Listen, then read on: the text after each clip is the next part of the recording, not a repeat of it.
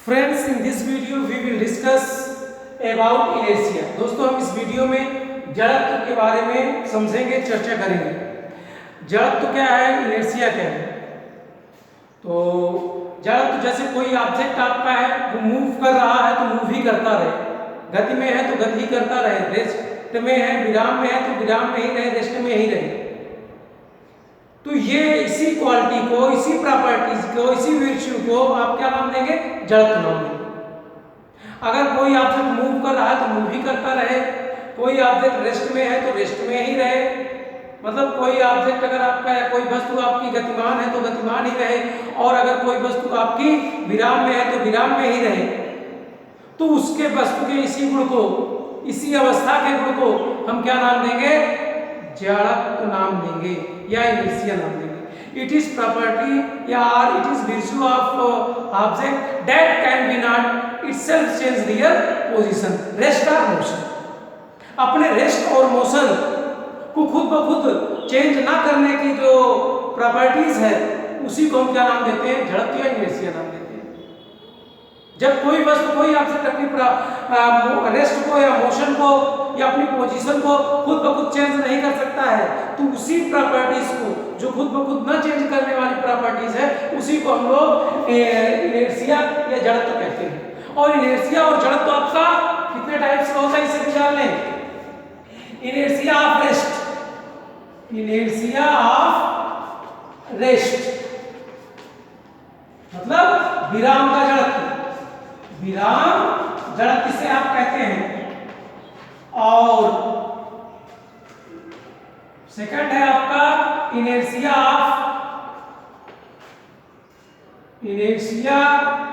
Of motion, गति जड़त्व इसे आप बोलते हैं, गति का जड़त्व या गति जड़त्व इसे आप कहते हैं। और उसके बाद थर्ड आता है आपका इनर्शिया ऑफ डायरेक्शन। क्या ये दिशा जड़त्व। ये आपके तीन प्रकार के जड़त्व हैं, मेरे आप दो प्रकार के जड़त्व को समझते हैं और जानते हैं भी। तो देखो इनर्शिया ऑफ रेस्ट में क्या है, इसे आप समझ लीजिए। इनर्शिया ऑफ रेस्ट क्या है, विराम जड़त्व क्या है।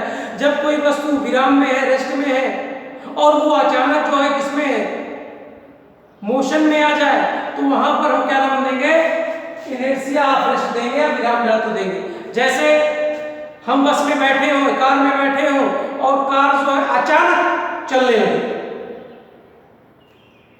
तो हम क्या क्या करेंगे, पीछे की ओर गिरेंगे, आगे की ओर गिरेंगे, आप खुद डिसाइड करिए। इसी प्रकार से जब आम या अमरूद के पेड़ की डाल पकड़ के हिलाते हैं, झकझोरते हैं, तो वहां से फल नीचे आ जाता है। क्यों आ जाता है, क्योंकि डाल तो आपकी गति में आ जाती है, जबकि आपके फल जो होते हैं वो किसमें रहते हैं, विराम में ही रहते हैं, रेस्ट में ही रहते हैं। तो यहाँ पर जो इनर्शिया होगी वो इनर्शिया ऑफ रेस्ट होगी या विराम जड़त्व होगा। दोस्तों हम कंबल है या कपड़े हैं उसको झिटकते हैं, उसमें जो मिट्टी हो, धूल हो, जो कण हो वो बाहर चले जाए, तो हमारा कंबल या चादर या तौलिया जो होता है वो किसमें आ जाता है, वो आ जाता है गति में। लेकिन जो कण होते हैं वो विराम में ही रहते हैं, जिसके कारण वो अलग होकर के नीचे गिर जाते हैं।